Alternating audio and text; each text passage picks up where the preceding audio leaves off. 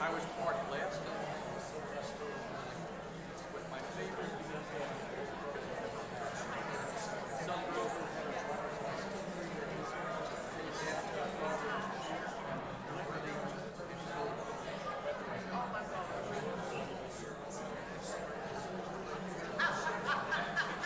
I got to be a show. It's nice. I like it, but I don't want to. That's the end of this was the great word. So it's a little bit. It's a little surprise. The other I like that one.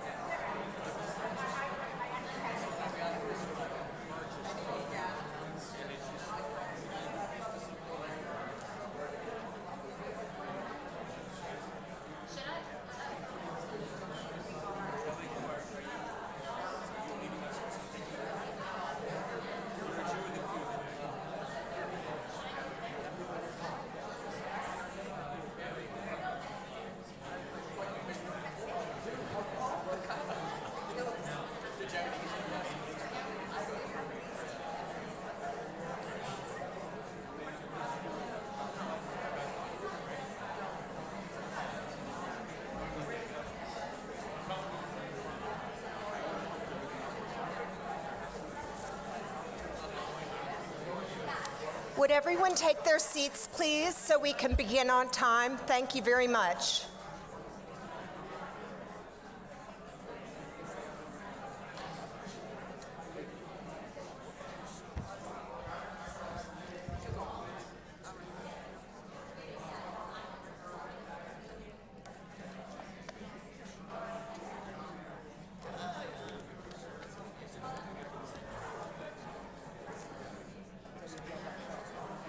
Good evening and welcome.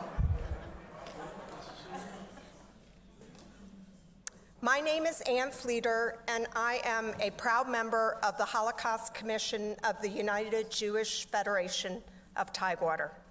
I am pleased to welcome you to this year's Yom Hashoah commemoration, honoring Holocaust survivors, those who perished in the Holocaust, and the righteous Gentiles, rescuers, and liberators who risked their lives and were witnesses to the crimes committed by the Nazis and their allies.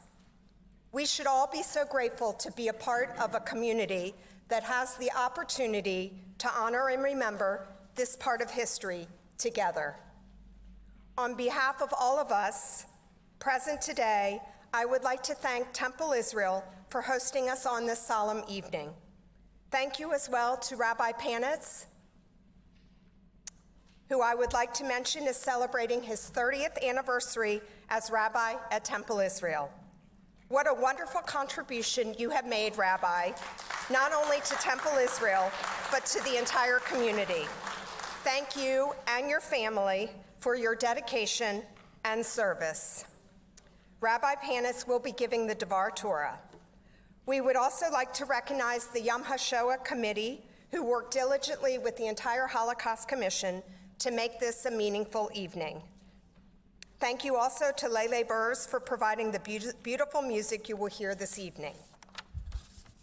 As many of you know, the Holocaust Commission began as the Tidewater Survivors Club, a space for Holocaust survivors to come together and socialize with those who understood the traumatic experiences of their past and their hopes for a future free of the heinous acts and bigotry that marked the Holocaust. In fact, several survivors specifically moved here with their families, attracted by our large, active survivor community. Over the course of more than 40 years, the Survivors Club morphed into what is now the Holocaust Commission.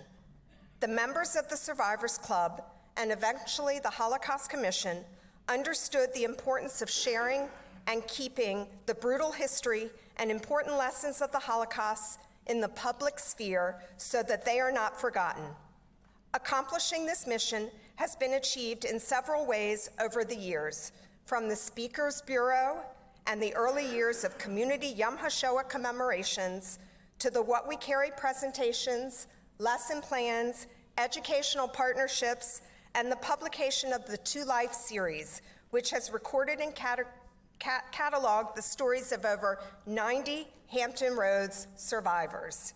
The process of compiling what became the To Life book and podcast series began 25 years ago with Reba Karp diligently recording our community's Holocaust survivors for the Jewish News and Yom Hashoah supplements. This is especially notable since she did this at a time when much of the world was not especially interested in hearing these stories. Following her lead, Holocaust Commission directors Betsy Karakin, Ronnie Cohen, and Elena Barbaum each found ways not only to record the memories of our local survivors through viable and valuable programming, but also, with their passion and their leadership, ensured that the Holocaust Commission become the most trusted educational resource for teachers and students in Hampton Roads.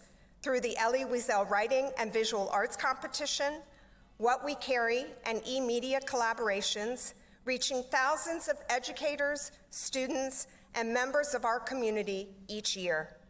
In 2002, To Life, Stories of Courage and Survival was published, and those 67 stories of survivors, rescuers, and liberators was the largest collection of Holocaust stories ever gathered in our community. Many of those stories had never been written or told before. Today, To Life, now bigger and bolder, has been renamed To Life, The Past is Present. And let me be clear, we could not have produced this book without the help of survivors, their families, and friends, whose support and encouragement made our dream a reality. So thank you to those of you in the audience today from the bottom of our hearts. We are now the stewards of these stories, and we want to ensure that every one continues to be heard and shared with future generations. We endeavored to find more stories that had not been told or written down, making sure that the whole arc of our community's Holocaust history has been uncovered. These pages are filled with faces of survival, courage, goodness, loss, anger, and disbelief. We have worked closely with educators and historians so that every reader, regardless of prior knowledge, will come away with a deeper understanding of Holocaust history. Ultimately, we want to continue to keep collecting and recording stories in our community and to encourage other communities to find, preserve, and tell their own Holocaust stories. While all of the people in To Life, The Past is Present, are included here because they, at one time, called Hampton Roads their home, these stories are universal. It's important to remember that the lessons of the Holocaust continue to resonate. The war in Ukraine reminds us of how fragile democracy and peace can be. We support the Ukrainian people's quest for freedom and autonomy in a region that has already endured the worst of humanity. The similarities between the refugee stories of Ukraine and those of Holocaust refugees and survivors is not lost on any of us. Tonight, we will hear another inspiring story from one of our survivors in To Life, Michael Ash. We are so fortunate to have Mike Ash here with us as we learn about his journey as a hidden child and the many years he spent working to have his protectors honored as righteous among the nations by Yad Vashem. But first, please stand to join me as Chloe Zuckerman leads us in the Star-Spangled Banner and Hatikva.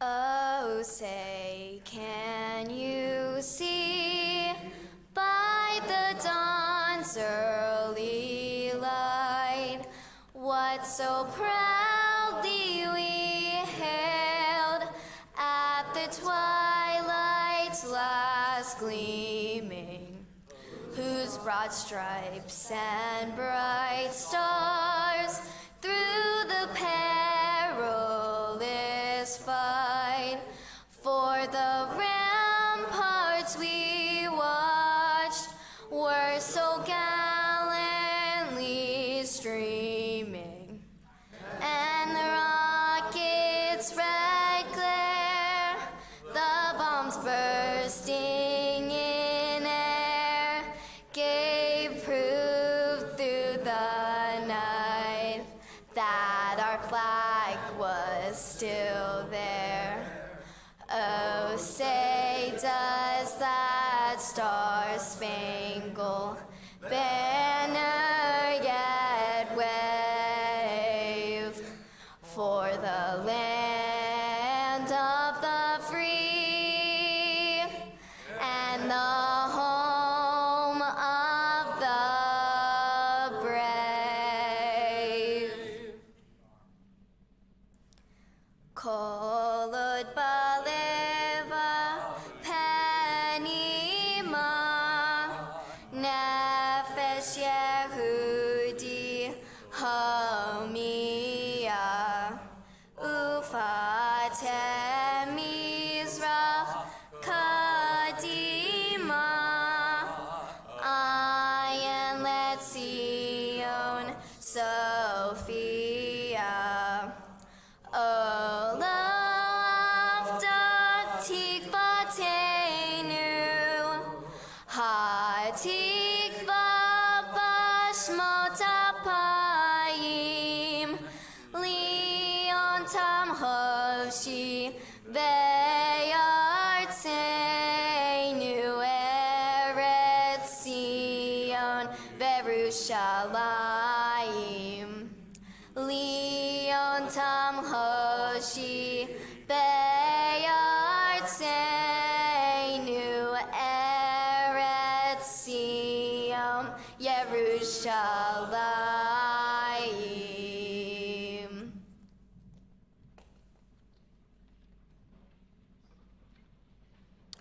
You may be seated.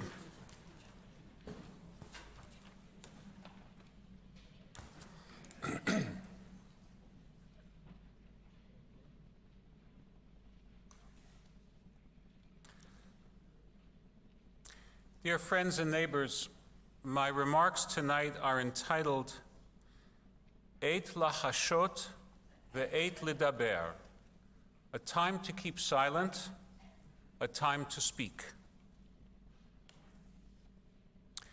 In the 3 decades that I've been a member of our local Jewish community, taking part in this very commemoration every year, I've witnessed the biblical adage come true, Dor holech udor va. A generation passes on and a generation comes. When I arrived, we were commemorating the half-century of the Warsaw Ghetto uprising. Now we're at the 80-year anniversary of that mind-boggling display of dignity and givurah, bravery, making the words of Psalm 90 true in a different sense. Shemonim ligvura, 80, the number for strength. Moreover, it is now 85 years since the infamous Kristallnacht, 90 years since the rise of the Third Reich, and a century, 100 years since the beer hall putsch, Hitler's first attempt to destroy democracy and create his fascist dictatorship. And yet, when we force ourselves truly to think about the Shoah, the passage of time does not bring peace to our souls. Your local cadre of rabbis takes turns sharing the Divar Torah for this evening. I'm grateful for previous occasions when it was my turn to share words of Torah at our gatherings. Given the number of rabbis who serve in our region, tonight might be my final opportunity to share my understanding of some very vexing questions that any thinking Jew, and for that matter, any thinking human, ought to ponder. Vexing questions are not new to Judaism. Just yesterday, our Torah reading included one of the enigmatic and frankly difficult stories that our tradition has preserved. The account recorded in the book of Leviticus, chapter 10, of the deaths of 2 of the 4 sons of the high priest Aharon.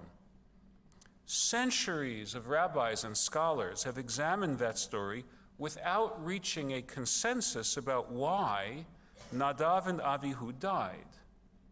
The commentators start with the assumption that God is just and therefore that the priests died as a consequence of some misdeed. But the Bible is ambiguous about just what sin that might have been, let alone about how such a sin could morally trigger such a stark punishment. Maybe we'll never have a fully satisfying answer. Maybe the text can only be teased so far, and the gap between the words given in finite human language and the infinity of God can never fully be bridged. Just so, in my mind, is our quest somehow to fit the Holocaust into a formula of understanding. However horrible was the reality, we keep on trying to get the satisfaction of uttering a formula, an explanation that feels encompassing.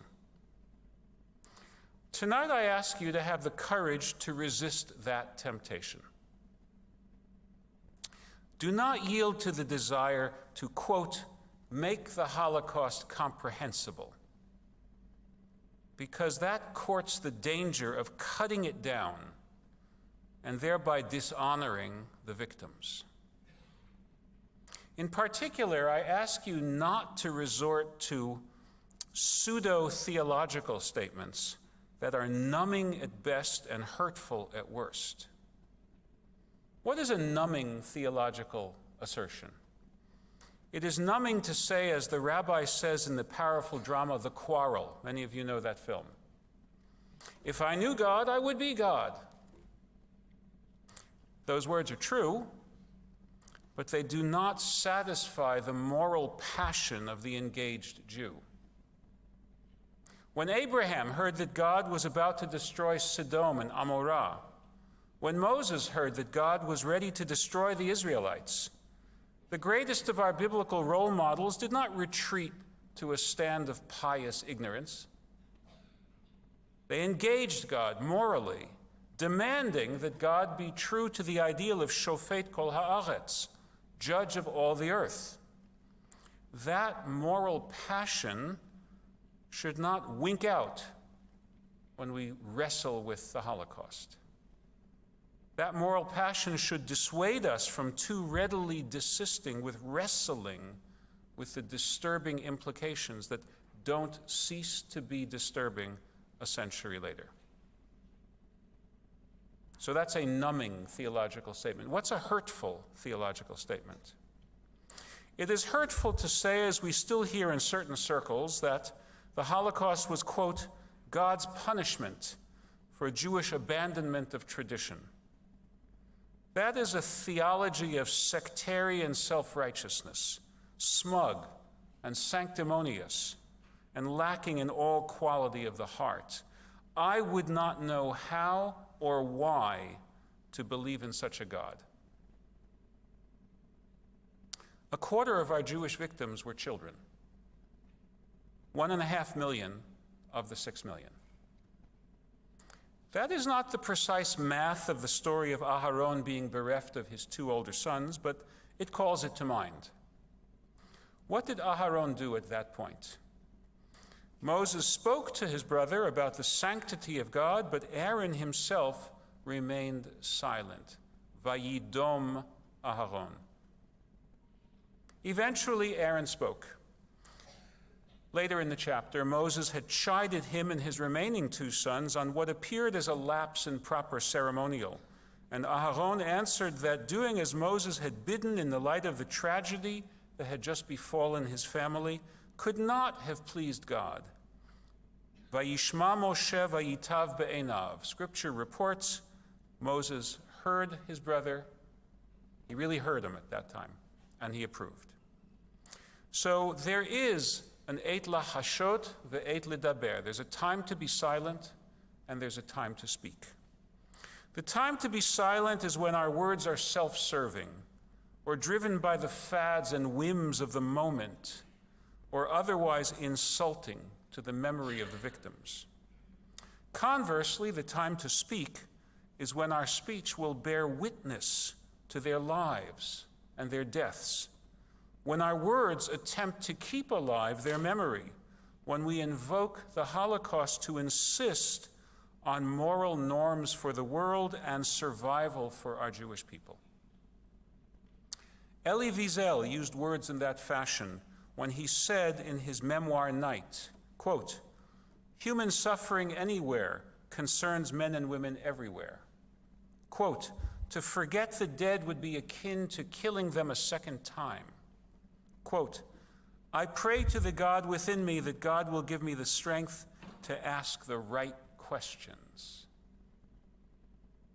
Primo Levi used words in that sacred way when he said in his work, If This Is a Man, quote, "Those who deny Auschwitz would be ready to remake it."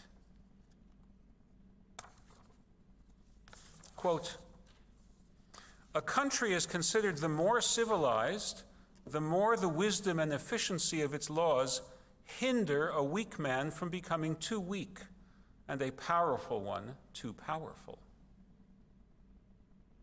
And Rabbi Emil Fackenheim, likewise a survivor of the concentration camp Hell on Earth, used words to mend the world when he said that our 614th commandment, given to this era, on top of the 613 given classically, is to deny Hitler posthumous victories. And he explained, quote, "We are first commanded to survive as Jews, lest the Jewish people perish. We're commanded, secondly, to remember in our very guts and bones the martyrs of the Holocaust, lest their memory perish. We are forbidden, thirdly, to deny or despair of God, however much we have to contend with God or with belief in God, lest Judaism perish. And we are forbidden, finally, to despair of the world as the place which is to become the kingdom of God, lest we make it a meaningless place in which God is dead or irrelevant, and everything is therefore permitted. To abandon any of these imperatives in response to Hitler's victory at Auschwitz would be to hand him yet other posthumous victories." My friends and neighbors, both Jewish and Gentile, do not try to explain away the Holocaust. Try to respond to it. By deeds of preservation of the house of Israel, the people Israel, the state of Israel, and deeds of caring and activism to bring closer a day when the Holocaust would be unimaginable. As the prophet Jeremiah puts it, when we will have hearts of flesh rather than hearts of stone. Amen. Friends, please give your attention now to Gail Flax, chair of the Elie Wiesel competition.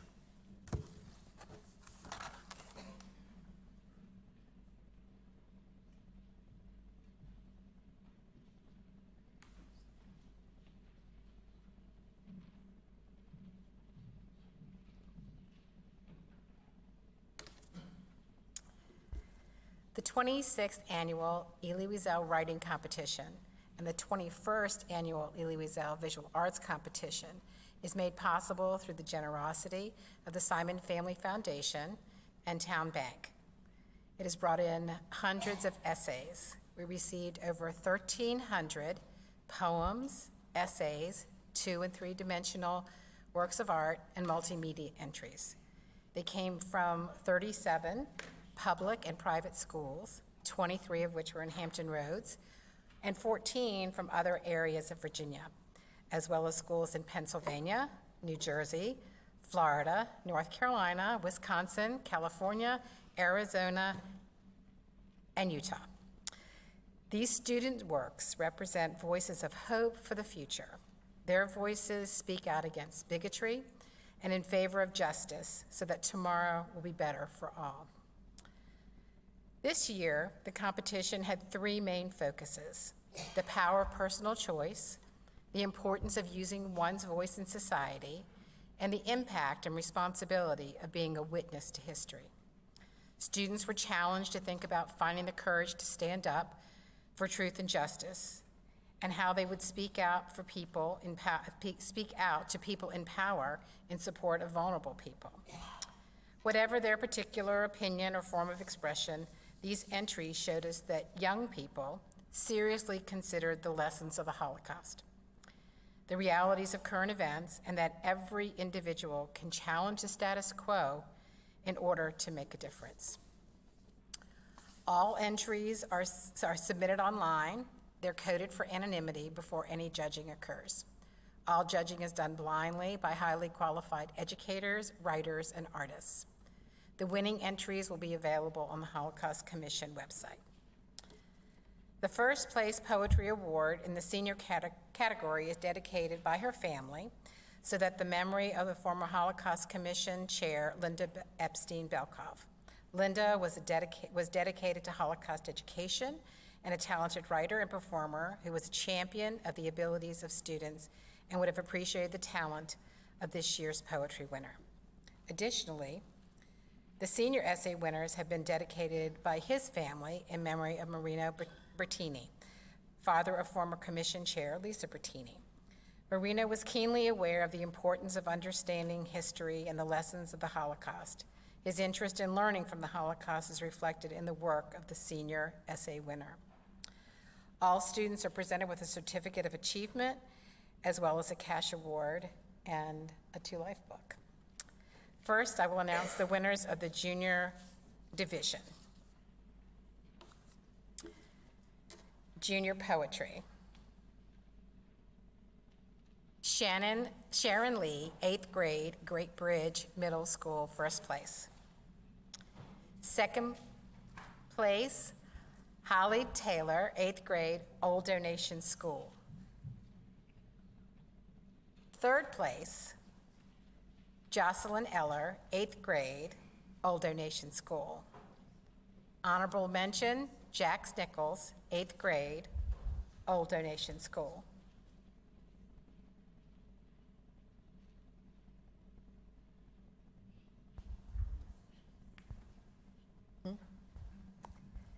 Junior essay, Emma Clark, 7th grade, Norfolk Academy. Second place, Leah Grigori, 7th grade, Norfolk Academy. Third place, Virginia Young, 7th grade, Norfolk Academy. Honorable mention, Ethan Spain, 8th grade, Isle of Wight Academy. Junior visual arts, first place, Emma Guerreri, 8th grade, the Williams School. Second place, Domino Gifford, 8th grade, Great Bridge Middle School. Third place, Bethany Walpart, 8th grade, the Williams School, with an honorable mention to Eliza Sella, 8th grade, Great Bridge Middle School. There was two chairs choices, one to Alondra Farr, 8th grade, Hickory Day School, and one to Alyssa Powell, 8th grade, Great Bridge Middle School. Junior multimedia, first place, Allison Bender, 8th grade, Great Bridge Middle School, with tied. First place, Cassidy Deschiel, 8th grade, Great Bridge Middle School, with the second place to Atticus Burney, 8th grade, Great Bridge Middle School. And we thank all of you very much. Congratulations.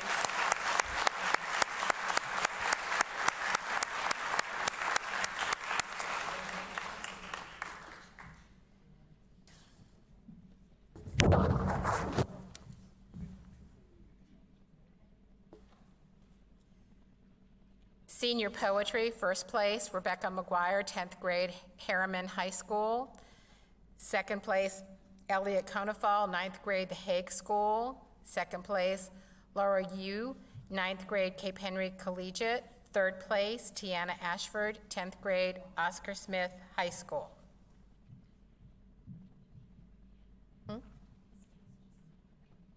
Okay. Oops. Senior essay, Caden Perry, 10th grade, Harriman High School. Second place, Sheree Chaturagata, 11th grade, High Bluff Academy. Third place, Libby Saba, 10th grade, Harriman High School. Third place, Tommy Tan, 11th grade, Norfolk Academy. Senior Visual Arts, first place, Salma Sami, 10th grade, Cox High School. Second place, Keith Pizzella, 12th grade, Cox High School. Third place, Wyatt Podgorski, 11th grade, IDEA Charter School.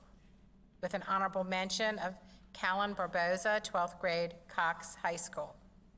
Chair's Choice, Grace Miller, 11th grade, Kellam High School. Chair's Choice, Jasmine Smith, 12th grade, Cox High School.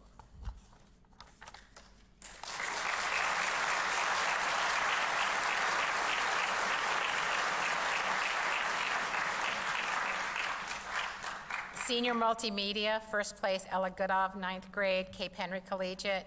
Second place, Mohammed Jan Mohammadi, 11th grade, High Bluff Academy. And third place, Liad Shafir, 11th grade, High Bluff Academy.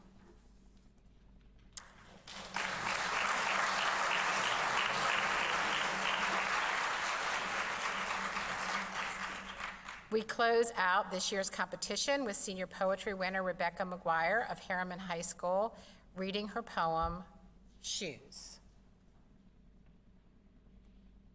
Mr. President, I know what you see before you is not very impressive. I'm broken, torn, and only held together at the seams. All that aside, I wasn't very impressive anyway. After all, I'm only a shoe. On top of that, you have thousands of other shoes all lined up seeking your attention. Jeweled high heels, freshly polished loafers. Why would I ever draw your attention when my battered self has to compete with the glimmer and glamour of everyone else? Well, I might not be pretty. I have a story no one else can tell. I come from a country of hardship, war, economic downturn, famine, you name it. I've been there.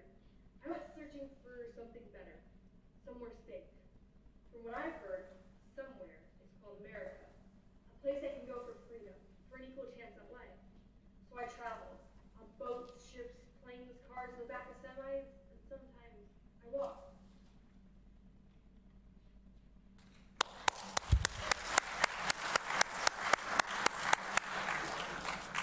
We thank all the students who participated. You were magnificent. We appreciate you and your dedication to writing and visual arts and the Holocaust. I'm going to introduce to you Lauren Barkin, who is the chair of our Educator Awards.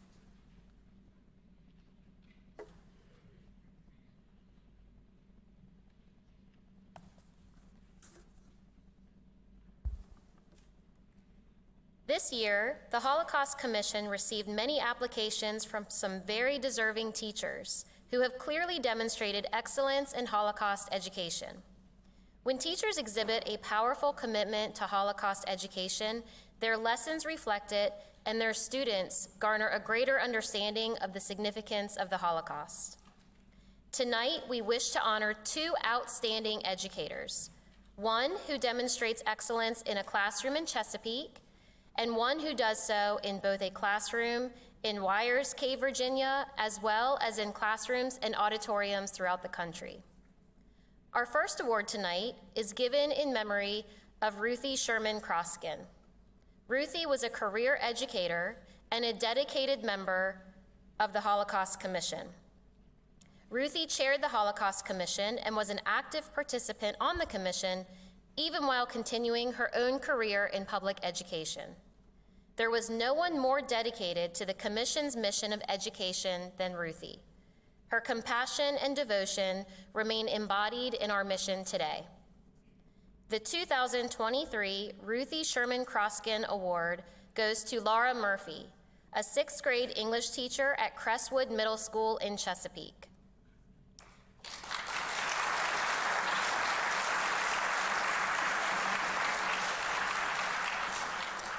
As a middle school teacher, Laura Murphy understands the importance of honest and open dialogue in the classroom. She strives to engage her students on all topics as she works to create an inclusive classroom that promotes the increased knowledge of the subject matter and the development of the interpersonal skills of her students. Ms. Murphy took advantage of the United States Holocaust Memorial Museum's one-day sample lesson plans to assemble a grade-level appropriate Holocaust unit. She began by polling her students to gauge their existing knowledge of the Holocaust and engage with survivor testimony videos housed on the USHMM website. Together, Ms. Murphy and her students examined their reactions to the history, the people impacted, and the impact it had on them as they became witnesses to the Holocaust. Upon completing her class's Holocaust unit, Ms. Murphy reviewed the Holocaust Commission's Elie Wiesel competition and offered guidance to the different prompts for her students who submitted entries. She plans to continue to further grow the time spent on Holocaust-related subject matters and literature in her classroom by including the graphic version of the Diary of Anne Frank and Night into her lesson plans this spring. Congratulations, Laura Murphy, and thank you for your dedication to increasing Holocaust education and awareness among your students. You honor Ruthie Croskin with your commitment to ensuring all students receive a quality education.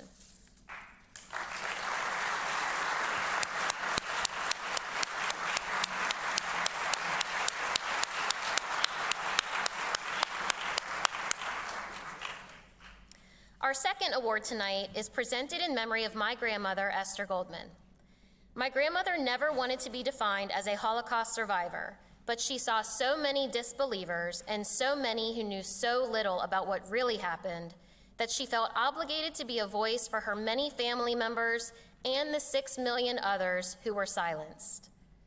She became very passionate about and determined to reach as many students and educators as possible, as they were such an eager and receptive audience.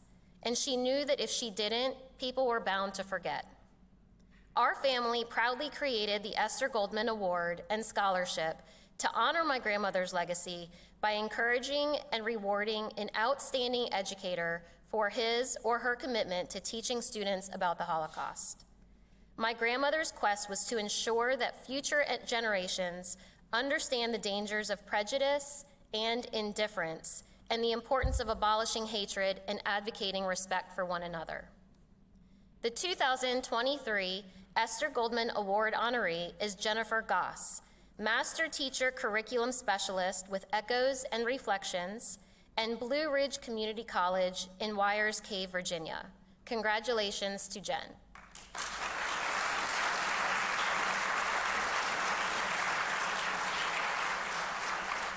She's unfortunately not with us here today, but I'm going to speak about her anyway. Having spent several years as a social studies teacher, Jen earned a master's degree in Holocaust and Genocide Studies from Westchester University. Jen became a prolific teacher who engaged students on any number of topics and levels, from electives to advanced placement, while becoming an expert in Holocaust education. During her time in Staunton Public Schools, Ms. Goss developed and implemented a curriculum about the Holocaust and genocide studies. She focused much of her energy on ensuring her students could effectively conduct historical research and analysis through engagement with primary sources and project-based learning. Over the years, Jen has moved from the high school classroom to the college classroom, though her commitment to using interactive lessons in the classroom continues. Outside of a traditional classroom, Jen's work with Echoes and Reflections allows her to utilize her skills as a master teacher to offer trainings and webinars to her fellow educators. Moreover, Jen has assisted entire school districts in developing new and strengthening existing Holocaust curricula. The Holocaust Commission is lucky to count Jen Goss as a partner, as she has guided our work to help improve the state's social studies curriculum and our own historical research to ensure we provide accurate and effective content to our community. Congratulations, Jennifer Goss, and thank you for your dedication to Holocaust education. On behalf of the Goldman family and the Holocaust Commission of the United Jewish Federation of Tidewater, we proudly present you with the 2023 Esther Goldman Educators Award. Once again, congratulations to Laura Murphy and Jennifer Goss, our 2023 Holocaust Commission Educator Award winners.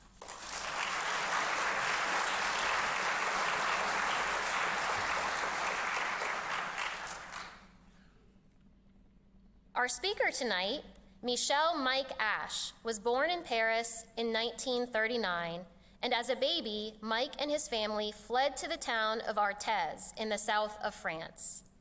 Taking on great risk to themselves, the people of Arthez hid and protected the Ash family from the Vichy and German officials. In 1949, Mike, his parents, and his younger sister survived the Holocaust and immigrated to the United States, settling in Norfolk, where he grew up, attended Maury High School and then Virginia Tech, became a very successful architect, and had a family, including his wife Marilyn, their 3 children, and 10 grandchildren. Through hard work and dedication, Mike has worked tirelessly to honor the Catholic family that ensured his safety. Mike spent countless hours recounting his memories and going through old records, which culminated in the honor of Righteous Among the Nations being bestowed upon the individuals who protected the Ash family.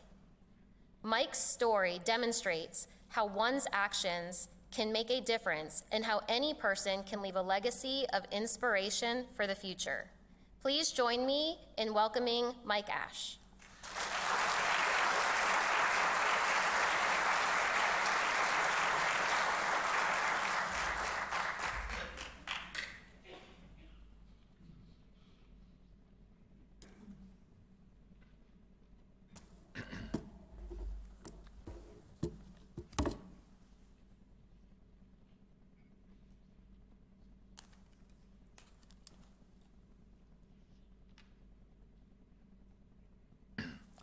Give me one moment.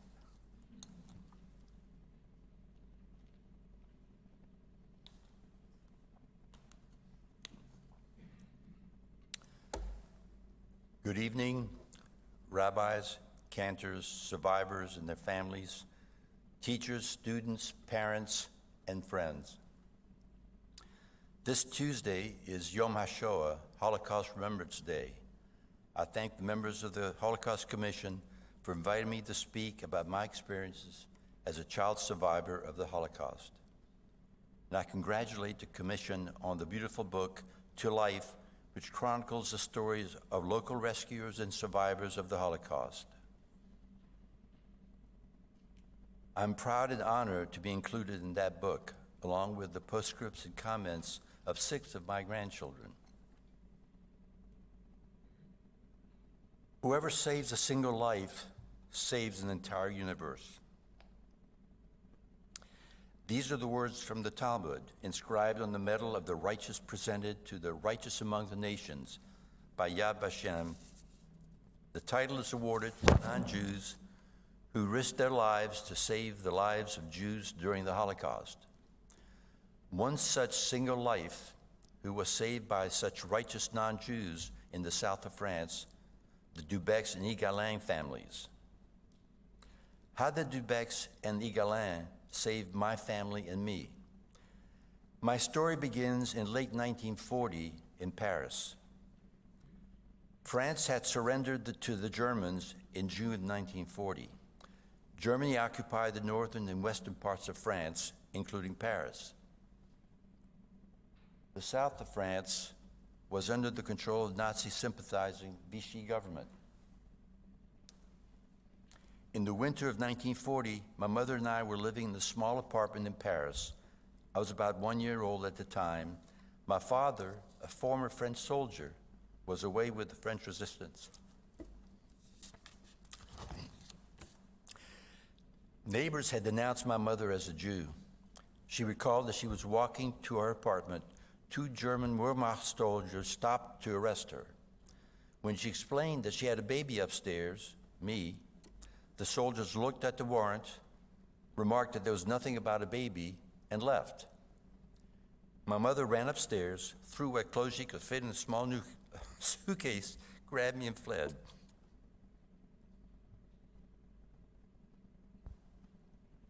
She made contact with the resistance who smuggled us out of Paris by train.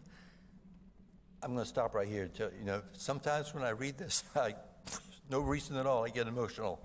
So if I do, talk amongst yourselves, pick a topic, and I'll come back. So the resistance smuggles us out of Paris by train to a small Catholic village called Altez in the south of France. At that time, the south of France was a hotbed of resistance activity in which my parents participated. My father joined us sometime later. Altez only had about 900 residents at the time, so it was obvious who we were and why we had arrived. But Altez was a town of ordinary people who did extraordinary things. These brave citizens, facing arrest, shame, or even death, determined what they were ordered to do, denounced Jews who were in hiding, and turned them over to the Vichy was wrong. Knowing the consequences and at great personal risk to themselves and their families, the citizens of Altez refused to identify us, denounce, or turn us over to the Vichy. If they had, it would have meant deportation to the concentration camps and certain death for my parents and me. Instead, they welcomed, sheltered, and protected us, and when necessary, hid us during the dark years from 1940 until the liberation. We lived in a one-room apartment on the town square, in the center of which was a huge crucifix that dominated everything. The Dubecs and their son Michel, who was 5 years older than me, lived in the house across the square. Monsieur Igalin was a village blacksmith. His shop was across the square from our apartment.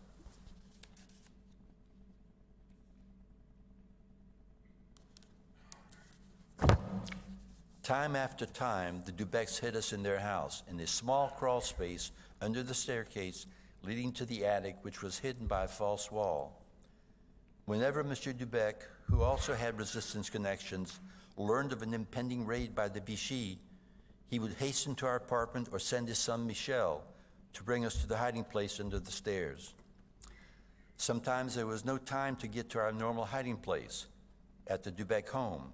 On those occasions, Monsieur Igalin would bring us to his blacksmith shop, where we hid us in the space behind the forge until it was safe. I remember one time hiding in Mr. Igalin's shop and peering from behind the forge. I could hear the Vichy police looking for us and heard them chastise the informant because they did not find any Jews. My parents, like many survivors, were reluctant to talk about those years. Because of my young age, my memory is vague and based on what few stories my parents did share with me later. What I do remember is that we lived in constant fear. From time to time, when things became too dangerous for us to remain in Altez, we went to live in an abandoned old farmhouse in the countryside outside of Altez. My mother told me the story, and I remember one time when she and I were at a neighboring farmhouse to get milk and eggs. In the distance, she saw a squad of German troops approaching the farmhouse. My mother grabbed me and ran out the back door, down a ravine, and started to climb a very steep hillside, pulling me behind her. I remember looking back and seeing the squad of German soldiers pointing at us. We continued running until we reached our farmhouse. My mother told my father to hide in the coal bin. She covered him with coal shortly after the Germans came through and didn't find him. Another memory I have of wartime life in Altez was every day an old man beating a drum would come to the town square to deliver the news. He was dressed in an old World War I uniform, classic French hat, and sported a large, bushy, white handlebar mustache. He would stop at the foot of the crucifix, unfurl a scroll, and read the news of the day. I later learned that he was a Nazi sympathizer and was reading Vichy and Nazi propaganda. After the liberation, he was taken out by the resistance and killed for being a collaborator. By late 1942, German troops occupied all of France, and by late 43 or 44, it became too dangerous and difficult to move around quickly and go into hiding the young boy, me, and my sister, who was born in 1943. So I was sent to a Catholic orphanage called Arcachon, a seaside town about 250 miles away. My parents pinned a name tag on my clothes, handing me over to a stranger with whom I traveled by train to the orphanage. I was barely 5 years old. My parents never visited. I remained at the orphanage until sometime after the liberation in September 1944, when it was safe for me to go back home. The nuns pinned another name tag on my clothes and handed me over to another stranger with whom I traveled by train back to Artes. In 1949, my family immigrated to the United States to join other relatives in Norfolk who had immigrated before the war. However, many other family members from both sides of my family perished during the Holocaust.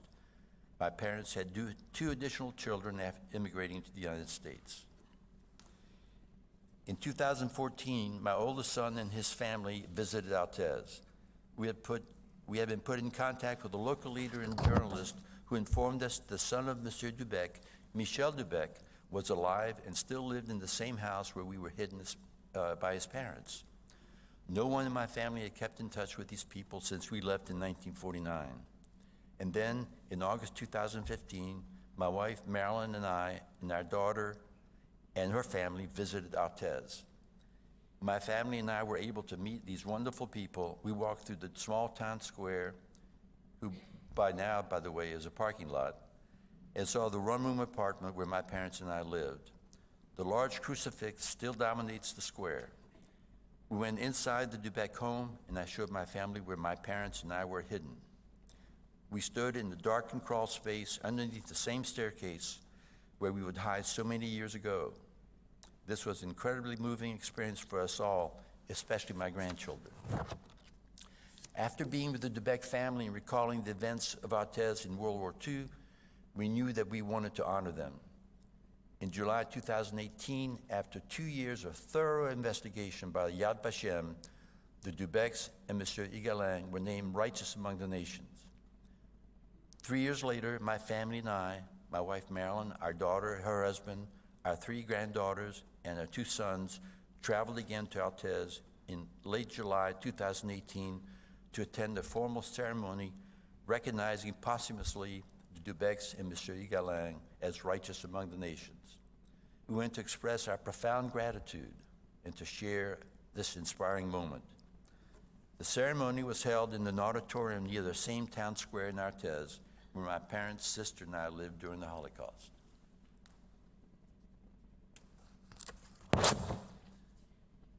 The Consul General of the Israeli Embassy to France presented a certificate of honor and medals to the descendants of the Dubec and Igalin families. Their names are inscribed in the Wall of Honor in the Garden of the Righteous at Yad Vashem in Jerusalem. Prior to the ceremony, my family and I presented a bronze plaque honoring the 2 families and all the people of Artes.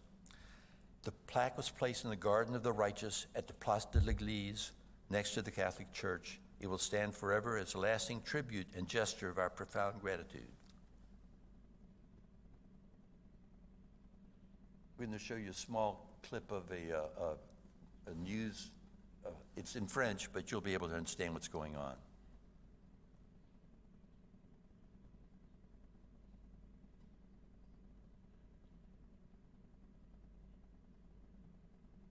Nos 3 habitants d'Artes ont reçu ce matin la médaille de juste parmi les nations à titre posthume. Un des enfants juifs qui ont sauvé durant la guerre est venu spécialement des États-Unis assister à la cérémonie. C'est le moyen de mettre en lumière pour les jeunes générations ces gens de l'ordinaire qui ont eu un comportement extraordinaire. Ces gens de l'ordinaire s'appellent Guillaume Dubec, Violette Dubec et Camille Galins. Durant la Seconde Guerre mondiale, ils ont protégé des Juifs, la famille de Michel H. Pour ces actes, ils ont été honorés de la médaille des justes parmi les nations, remise à leurs descendants. C'est une reconnaissance vraiment formidable. Parce qu'on voit que ceux qui ont fait les sacrifices ont été récompensés. Michel H. a été caché avec son père, sa mère et sa sœur dans cette maison d'Arthès durant toute la guerre. À chaque descente de police, sa famille devait se réfugier au dernier étage. Une cache y avait été aménagée. Il ne se rappelle pas cette époque car il était trop jeune, mais au fil du temps, ce citoyen américain a pris la mesure des dangers encourus par ses sauveurs. Ils ont risqué leur vie pour des étrangers qu'ils ne connaissaient pas. Je peux imaginer un tel courage, mais est-ce que je l'aurais eu? Je n'en suis pas sûr. Le résultat est là, ce sont mes enfants, mes petits-enfants. J'en ai 10. Et sans les Dubec et Galens, je n'existerais pas. Ils n'existeraient pas. Il n'y aurait pas eu d'histoire. Une plaque de reconnaissance a été dévoilée dans le tout nouveau jardin des Justes pour que personne n'oublie, car l'antisémitisme est toujours d'actualité. C'est pas seulement l'antisémitisme, c'est tout ce qui est racisme, tout ce qui est xénophobie, c'est tout ce qui est une haine, la haine de l'autre parce qu'il est autre, parce qu'il est différent. Ça aussi, c'est l'importance de ces cérémonies, justement, parce que c'est ce que nous, on essaie de transmettre aux futures générations. Les noms de ces habitants courageux seront définitivement inscrits au monument des Justes à Jérusalem. I'm often reminded that for the bravery and selflessness and the uncommon moral courage and heroic actions of the Dubecs and Igalin, good people of Altez, my parents, sister, and I would not have survived the war. I ask myself, why? Why did they do it? Why did they put their lives at risk to save strangers, especially Jews? When my oldest granddaughter asked Michel Dubec this very question, he responded simply, parce que c'était la bonne chose à faire, because it was the right thing to do. Looking at the pictures and the faces of Dubecs and Monsieur Igalin, my son remarked, what strikes me is the ordinariness of good. Just a plumber, a housewife, a blacksmith. Ordinary people, simple faces. The faces of bravery, of courage, of good. Today, we are faced with racism, anti-Semitism, bullying, lack of moral courage, deliberate disinformation, and the impact of social media. We cannot be indifferent. Like many survivors, I feel a responsibility to share my story and encourage the teaching of the Holocaust in all middle schools and high schools. Education at all ages and background is the key. I want to take a moment to congratulate all the students and their teachers who submitted essays, poems, and artwork to the Elie Wiesel Writing and Visual Arts Competition, both the winners and participants. I am greatly encouraged by all the middle and high school students who yearly submit entries, as well as the teachers who elevate the importance of teaching the Holocaust. It is often said that those who fail to learn from history are doomed to repeat it. You are helping to ensure that the Holocaust can never happen again to Jews or any other religious ethnic group.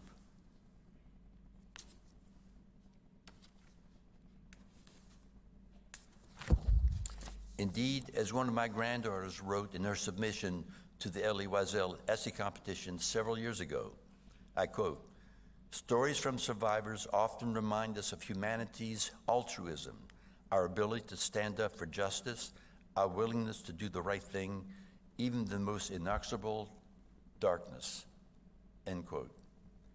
When I have the opportunity to speak to young people and to adults, Jews and non-Jews alike, I want to demonstrate through my story the relevance and importance of the following.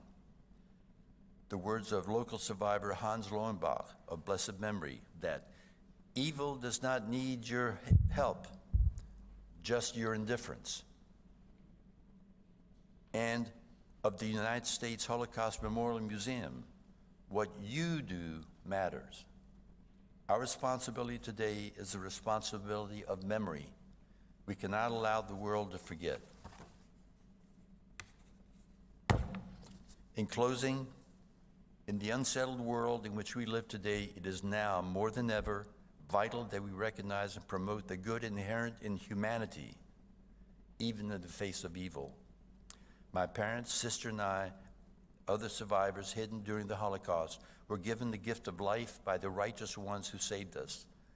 My story, all survivors' stories, represent the good in humanity. Thank you for your kind attention and interest.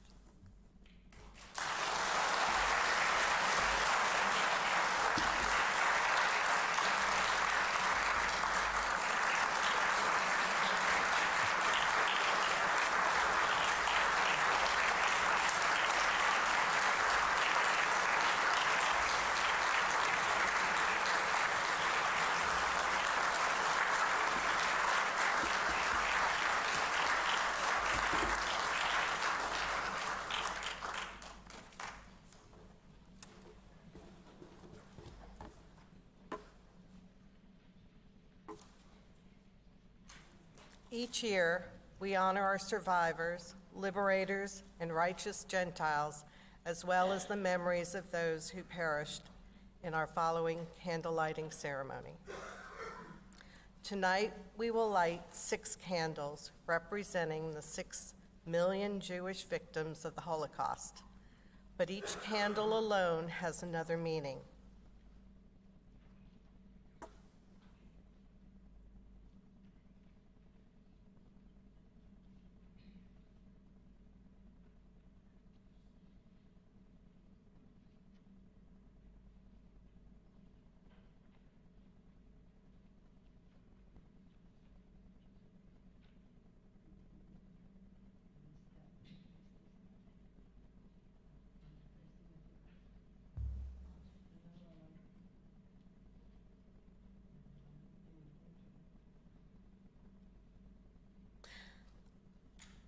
The first candle to be lit this evening is in memory of the 1.5 million Jewish children who perished in the Holocaust at the hands of the Nazis and were forever lost to future generations.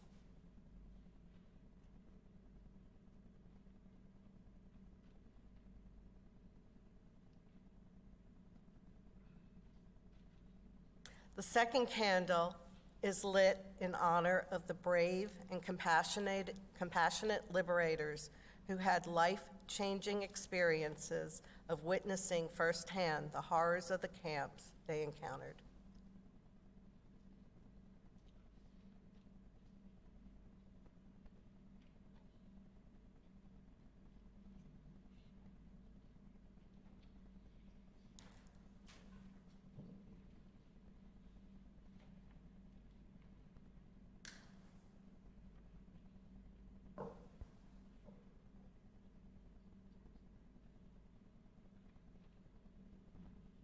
Candle number 3 is lit to honor the courageous rescuers who risk their own lives on a daily basis to shelter and protect Jews and non-Jews whose lives were in danger.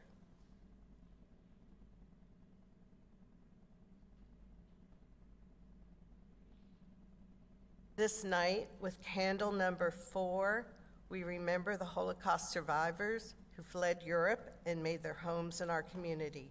Their names will be scrolled on the screen as all candles are lit, and we note the loss of those whose names are marked with an asterisk, with heavy hearts, including some of those we lost within the last year.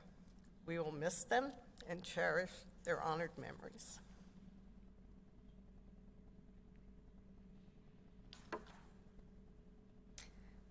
Candle number 5 is lit for our beloved survivors, whom we are so grateful to still have with us in the community, even if they are not physically able to be together with us this year, and we light this candle in your honor and in loving memory of all those you hold dear who were lost in the Holocaust.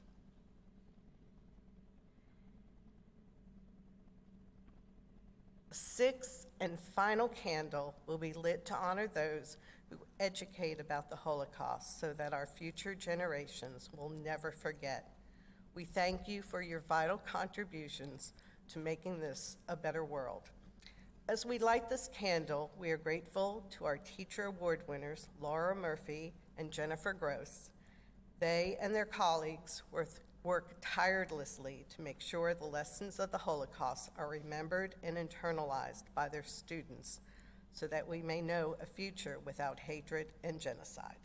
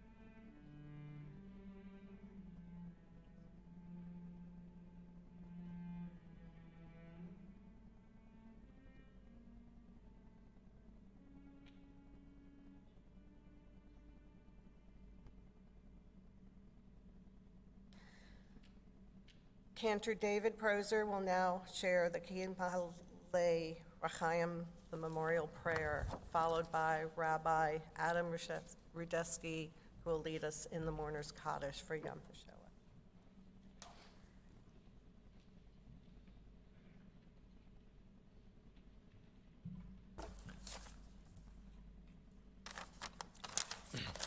If you are able, please stand.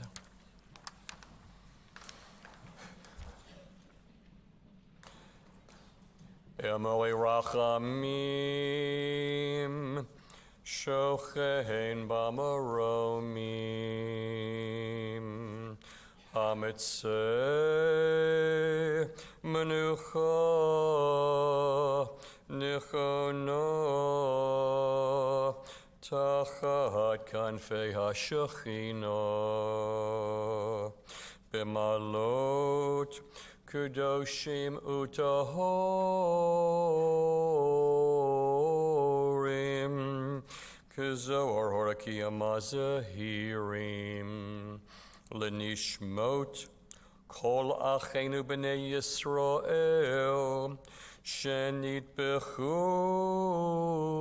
Vashoah, Anoshim, Noshim V'tahaf, Shenechnaku, V'shenisrafu, V'neshergu, Shemosru, Et Nafsham, Al Kiddush Hashem, Began Eden Tehi, Menuchotom, Ono, Baal Harachamim, Hastirehim, Beseter Kenofecholi Olomihim, Utzror Bitzror Hachayim, Et Nishmotehem, Adonai Hu Nachalatom, Adonai Hu Nachalatom,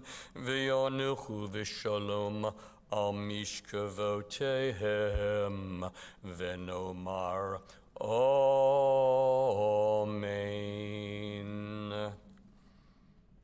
Exalted, compassionate God, grant infinite rest in your sheltering presence among the holy and pure to the souls of our brethren who perished in the Shoah, men, women, and children of the house of Israel who were slaughtered and suffocated and burned to ashes.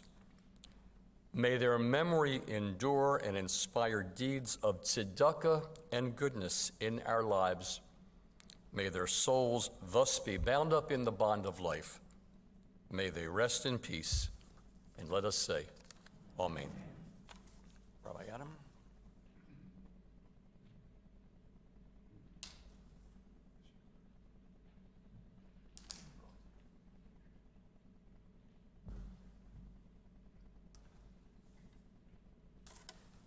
In just a moment, I'm going to invite everyone to turn to the back of their bulletins or on the screen and say the Kaddish Yutom with me. Kaddish is a prayer that reminds us that in this tangible world, that the providence of a just God exists both in life and death. It's difficult enough to say the Kaddish under a normal death. How much more difficult it is to say the Kaddish regarding millions and millions of people who perished at the hand of wickedness. But evil people will never triumph over the goodness of God. Please join me together as we say the Kaddish. Yit Kadal v'yit Kadash Shemei Rabbah B'lema Divra Kirhutei v'yamlich Malchutei B'chayechon v'yomechon uv'chaye de kol Beit Yisrael Ba'agalau v'zman kariv v'imru Amen. Yehei Shmei Rabbah Mivarach Leolam Ul Omei Omaya Yit Barach B'yish Tabach B'yit Ba'ar B'yit Romam V'yit Naseh V'yit Hadar V'yit Halei V'yit Halal Shemei D'Kudsha Birichu Le'ela Min Kol Birchata V'shirata Tush Bechata V'nechemata Da'amiran Be'alma V'imru Amen. Yehei Shlama Rabbah Min Shemaya V'chaim Aleinu Ve'al Kol Yisrael V'imru Amen. O say Shalom Bimromav, Huya say Shalom, Aleinu Ve'al Kol Yisrael V'imru Amen.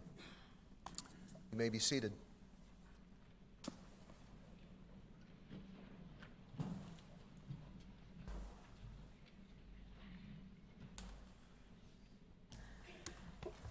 Good evening, and thank you for joining us. I am Laura Gross, the current president of the United Jewish Federation of Tidewater. In closing, as we commemorate Yom Hashoah, we must not only remember the millions of victims of the Holocaust, but we must also keep in our minds, our hearts, and especially in our actions, the people throughout the world today who face persecution and attacks. Let us hope and pray for better days as we have remembered tonight all the victims of the Shoah. Please tonight, as you exit, please do so quietly and respectfully. And I ask that you also pick up a candle, a memorial candle that had been donated by the men's clubs of the shuls, and light it tomorrow night for Yom HaShoah. Thank you all very much for coming.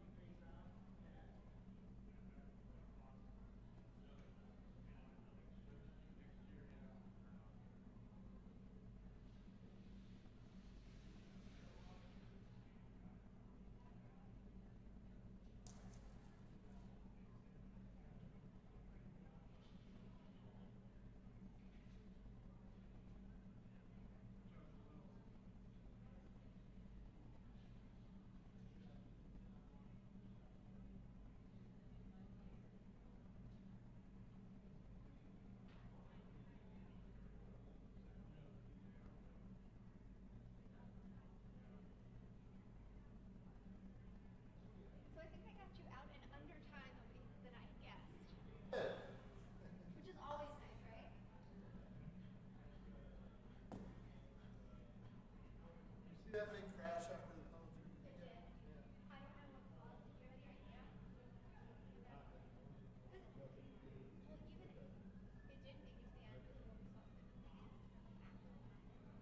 Every time you play a video, it's No, I was so finish. nervous when you played these videos. So nervous, same thing. So weird. Thank you so much. I appreciate it.